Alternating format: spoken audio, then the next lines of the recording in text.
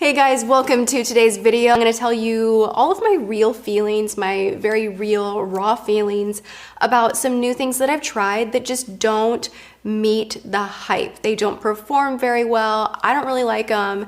And this is just a good old fails video, except for this is not stuff that I've like randomly tried. I recently went on a couple of trips and I brought with me new stuff to play with and try while not filming, and dear God, that was a mistake. But I've really discovered new items that just were underwhelming, that I don't like, and if you like them, that's your prerogative, you know, and I don't like them and that's mine. So, but most of this stuff is total garbage, so. My voice is so off right now because I am so oddly stuffy, and it has nothing to do with being sick and everything to do with whatever is floating around in the air in my backyard. I am having the worst allergies this season. Anybody else? Like, I feel like my voice is weird. If she sounds a little stuffy, blame nature. Okay, so let's get started. Speaking of nature, MAC came out with a very, very cute collection. It is a cherry blossom themed collection, and I love the packaging. I'm deceased for the packaging. It's really, really cute, right? Like, this is the cutest ever. Some of the stuff in the collection, as far as lipsticks and lip glosses, they're standard MAC formula, and they are so pretty just to look at. So if you like the shades and you're into a MAC lip gloss or lipstick, they're totally a-okay. They have a mini shadow palette that is really nice for travel. I tried this and I was actually super hoping that the blush underneath would be just absolutely creamy and fabulous, but this is the weirdest blush shade. I'm pretty fair, you know? So like, this is more highlighty, but then it would be like a pink chalk strip highlight, and even on very fair porcelain ivory skin, I still feel like the way that this pink translates comes off more chalky powder, like pink chalk, and not like a rosy kiss of color. Like, it's just a very strange texture and color for a blush, in my opinion.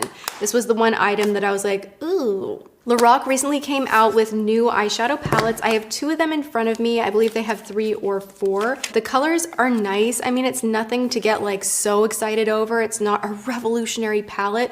And really at this point, what is? I mean, the Jeffree's Blue Blood palette. And then even the Blood Sugar, like those were pretty different. But everything else is kind of plums, a little shimmer, like it's kind of the same thing over and over and over. I was kind of hoping maybe with Lorac, maybe they'd punch it up a little bit, do something similar how Huda has like the different colors, like the green, the orange, the purple. This just, all of them felt so basic, and just like the formula's okay. Some people will enjoy it. I'm not one of those people. I want more payoff, and I want more fantasy with my makeup, even if we're in the neutral zone. Also, the clunkiness of this is just a huge turnoff, so bye-bye. I'm just like, I'm not gonna play nice. I'm gonna just tell you everything sucks. Of course, it's okay to feel how you feel about products or anything in your life, like job, makeup taste, hobby taste, whatever. Like, don't let anyone else dictate that for you. But if you happen to have similarities with someone and you value similar things, like, it can be interesting to hear their take on something, you know? So I think these videos can be super, super helpful if you are in line with the person's value system of what they look for. She's bossy. Wait, isn't there a song like that? Dun, dun, dun. Bossy. Okay, so moving on. This is very much to me a through and through overhyped item. So many people love this, and that's why I went out and purchased it. This was not PR. This was me specifically watching several videos, and I went to Sephora and I was like, this is gonna be the best.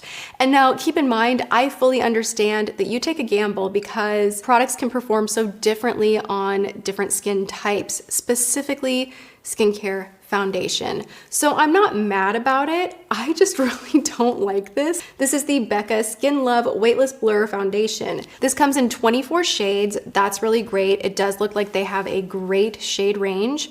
This has a medium to buildable coverage. No No, no. Okay, this is so interesting because so many people are like, oh my gosh, I love this, life-changing. And then I see a review right here that says, I'm so glad I was given a sample of this foundation before I purchased it because it emphasized my pores. I had the same experience and it looked greasy. My issue with this is it wouldn't build. I couldn't get any more than like a very light tinted moisturizer type of a coverage. And I used it two ways. I wore it on its own for like quick out the door makeup. And then I also did it over contour and highlight, the technique that Scott Barnes taught me. And both ways looked pretty terrible. I still used primer underneath. I did my pore filling. And for whatever reason, this foundation just made my pores look giant. Now I have seen it on other people and it looks beautiful. So this could just be a very personal me issue. My recommendation would be go to Sephora and get a sample. They are so willing and happy to help you with that. So sample away. I have to talk about this. This was the sassiest note that I've ever received in PR.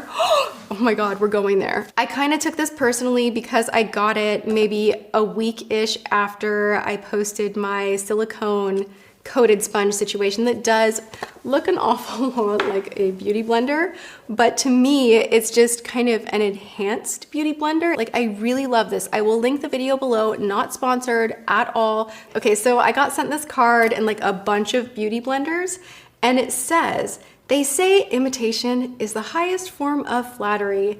Well, we are pretty damn flattered by all of the wannabe applicators out there, but the queen always shreds the competition, the first, the best, the original beauty blender. Was that necessary, beauty blender? You like went there.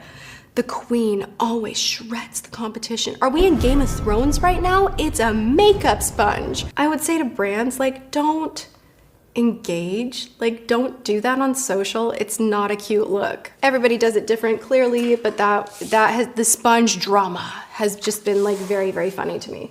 Okay, what do we have? We have also from Stila. Now these ones right here are the newer Shade Mystery.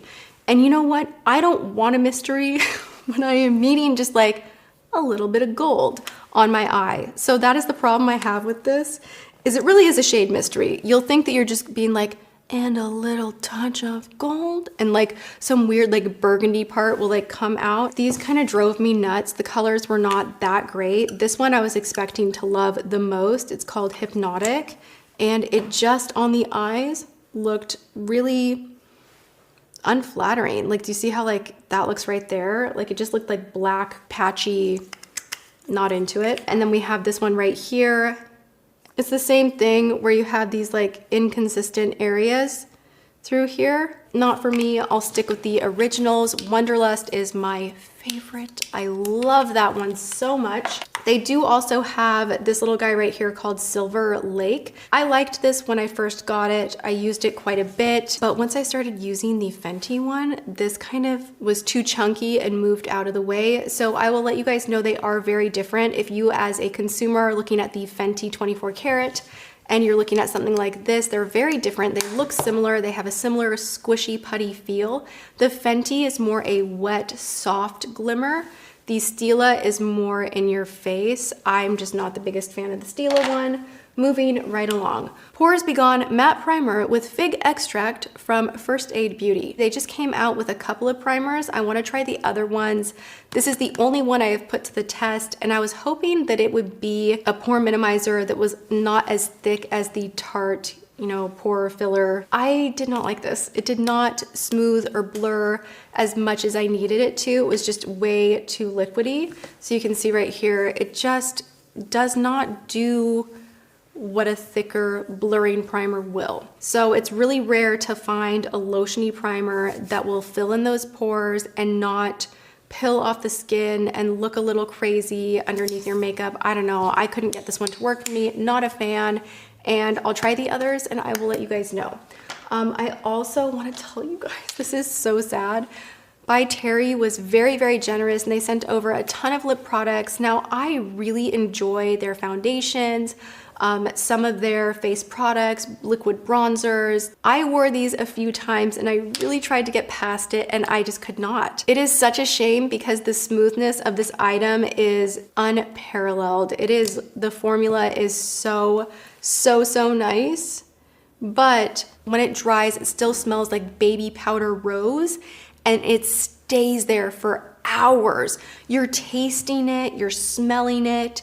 It's just all day long. It is there, and it will give me a headache every single time, to the point of needing to take the product off. And I'm so bummed about that, because these are super, super beautiful. If you don't care about that kind of fragrance and it doesn't bug you, and you like the whole, you know, rose fragrance type of a thing, these are magnificent. They have a few different finishes and they are really pretty. The color selection is giant. Last but not least, this thing was leaking everywhere, so like I put it in, oops, I put it in a shoe bag to bring into here. IGK is one of my favorite hair care brands, so let me just like say that first. Like, I don't hate IGK. I hate bringing negativity to a brand that I do really like. That is tough for me, but this was just one of those things that like I have to tell you guys, because this was literally the worst, and it really makes your hair feel like you have dumped sand and texturizer and dry shampoo. Like literally I was blowing out my hair and I was like, ew, like struggling, because, and that's the attractive noise that I make. Ew.